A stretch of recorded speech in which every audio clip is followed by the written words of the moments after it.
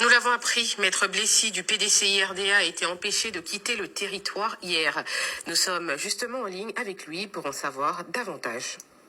Bonjour Maître Blessy. Bonjour. Alors, on a appris que vous avez été empêché de quitter le territoire ivoirien hier. Est-ce qu'on peut savoir ce qui s'est passé? Oui, je voudrais dire que pour ma santé, depuis avril, je fais des allers-retours sur la Tunisie, où je prends des soins. Donc, ça fait 8 fois que je me déplace pour aller en Tunisie. Je dois le faire tous les 21 jours. Et donc, hier, ça devait être la 9e fois, la 9e et la dernière fois. Je faisais des soins et puis je faisais un bilan définitif. Je suis allé donc à l'aéroport. Mon vol était pour 22h55, mais il a été retardé pour 0h30. Donc, j'arrive à l'aéroport, je fais toutes les procédures et on m'installe en salle business.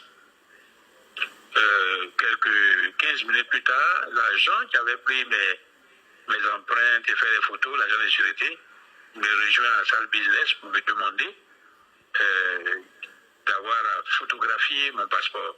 J'ai, comme tous les députés, un passeport diplomatique. Et donc, je lui demande, mais pourquoi? C'est une nouvelle procédure. Il me dit non, on leur a donné instruction de photographier tous les passeports diplomatiques qui se présentent là et qui s'en vont. Je voulais dire que c'est pas le terminal 1, mais c'est le terminal 2, c'est l'aéroport que les Ivoiriens appellent Guéda. Donc, il fait la photographie de mon passeport avec son portable et puis s'en va. Je savais que quelque chose n'allait pas.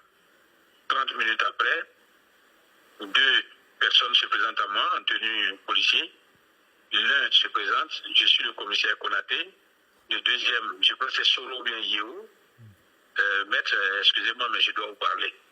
Je lui ai dit, bon, asseyez-vous, parce que j'ai mal à la jambe. Elle dit, non, allons à un bureau. Bon, je vais avec eux dans un bureau, à côté des bureaux désaffectés. On dirait que ça n'a jamais été utilisé, c'est sale.